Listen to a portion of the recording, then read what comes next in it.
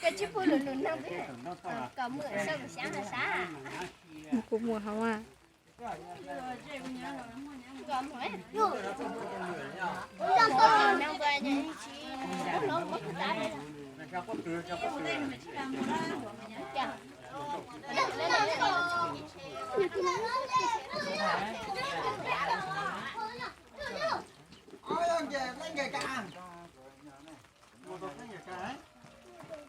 mua đây mày có gì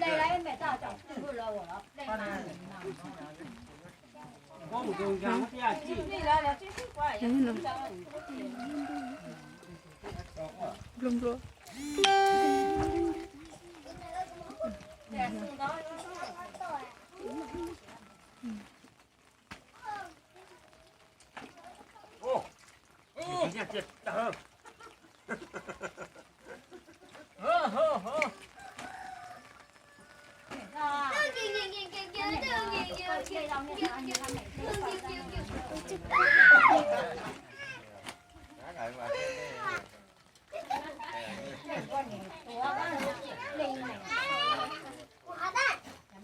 cái chén mấy cái tụi mình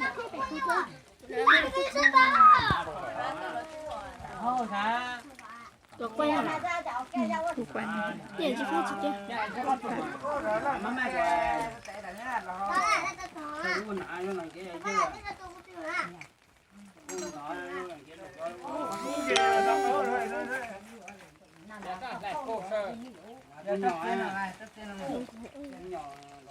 cái tiền không thấy gì tiền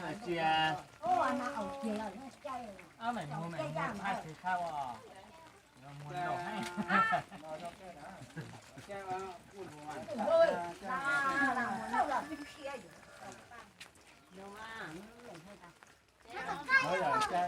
con phát ta chọn đi nuôi này thôi mua cái trên đi nữa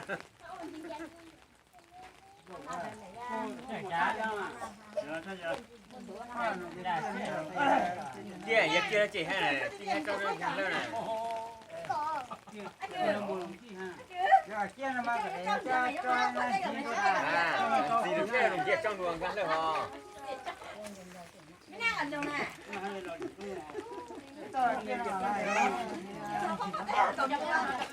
ô tay ô tọt tay đâu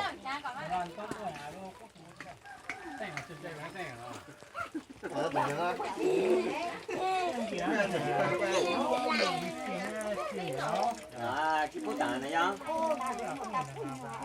Nhà nó thì phun rồi hả?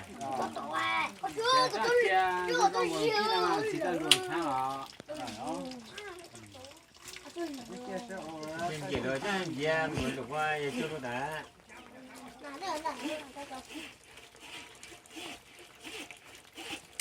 anh nhá một chả chứ mua ra cả chứ mua ra cả một thứ khác này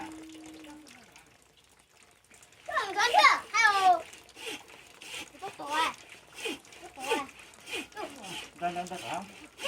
Đấy. Nó có thật sáo. Đấy nha một thế à.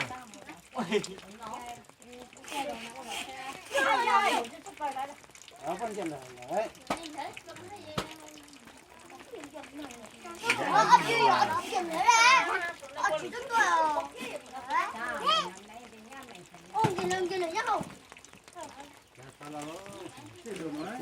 Cái lời gì chứ? Cái lời chữ ký. À, được rồi. Được rồi. Hai mươi là 16 mình tải. này nhưng mà cái tạo nhưng mà không có Cái rồi cái gì này. nó tạo cái lối này À. đang phải mở rồi Cái gì? cái chi chi Nó mà cho 16. đúng rồi